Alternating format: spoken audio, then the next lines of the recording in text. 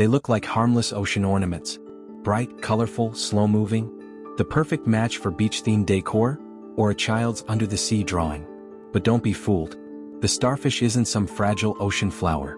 It's a living, breathing, regenerating alien from Earth's last great frontier, and it plays by a set of rules that sound more like science fiction than science fact. First, the basics, the stuff they taught you in school.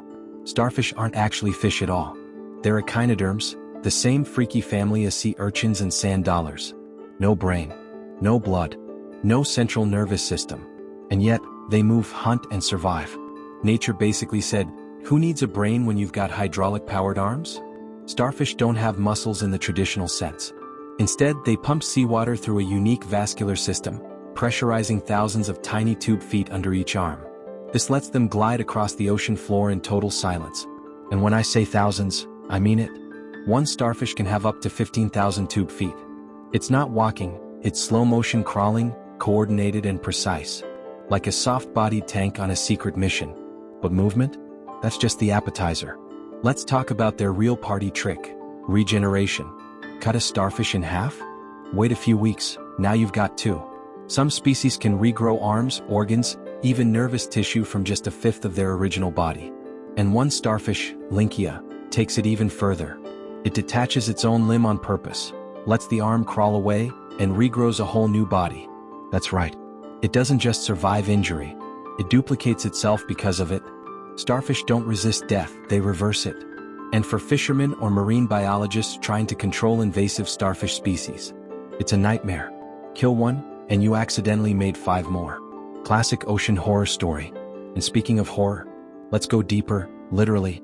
Starfish live from the shoreline all the way down to 20,000 feet below the surface. Down where there's no light, no oxygen, enough pressure to crush submarines. And yet they thrive. Feeding, breeding, adapting. We've barely discovered a fraction of the deep-sea species that exist. And every year, we find more. Down there, starfish don't look like anything you've seen. Blood red, glowing blue, translucent white. They drift across the seabed, like ancient, silent ghosts. And now, the horror movie moment. Starfish don't eat like normal predators. Instead of swallowing prey, they eject their own stomachs out of their mouths, wrap it around their target, usually a clam or mussel, and digest it externally. Yeah. They melt their prey before slurping it back in. Imagine eating your lunch by turning your entire stomach inside out and smothering your food to death. That's Tuesday for a starfish. And the prey? It never stood a chance. Starfish use their tube feet to pry open shells. Slowly. Relentlessly. No rush. No hesitation.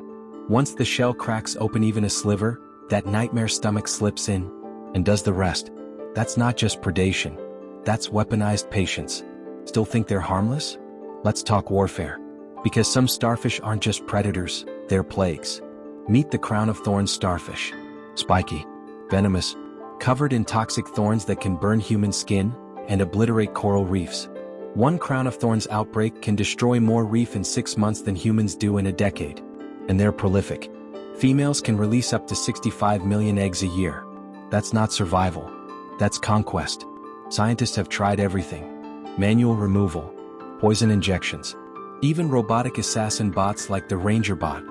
Yes, that's real. But the starfish keep coming. Kill one, it regenerates. Miss a few, you've got a fresh bloom by next season. It's like fighting zombies, but underwater. And they're winning. Oh, and guess what?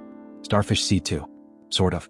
Each arm has a primitive eye at the tip, sensing light, darkness, and rough shapes. No brain, but still able to navigate, hunt, and react. Distributed awareness. Like a living, soft-bodied ocean drone. Let's zoom out. Starfish have been on this planet for over 450 million years. That's twice as long as the dinosaurs. Way before flowers even existed. They survived mass extinctions, supervolcanoes, shifting continents, ice ages, and they barely changed.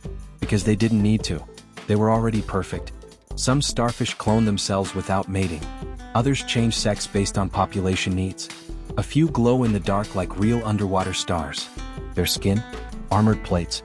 Sometimes toxic. Sometimes camouflaged, blending into rocks, coral, or sand. One moment they're neon orange. The next, invisible. Predators?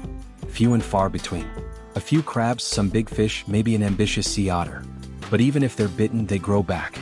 Even if they're half-eaten, they survive. But despite all that, starfish are under threat. Not from natural predators. From us. Climate change is shifting ocean temperatures. Coral reefs are dying. And new bacterial diseases are dissolving starfish alive, literally rotting their limbs off. Entire populations have vanished. And we don't even fully understand why. It's brutal irony. After hundreds of millions of years surviving everything the Earth threw at them, we might be the thing that finally takes them down. And if the starfish vanish, ocean ecosystems will ripple into collapse. Because starfish aren't background extras. They're vital players. Mussel control, coral maintenance, algae management. Without them, the balance falls apart. So next time you see a starfish washed up on a beach, don't just see a pretty shell. See a living fossil, a regenerating predator, a mindless ancient survivor. The real aliens aren't up in space. They're right here, beneath the waves. Look down, not up.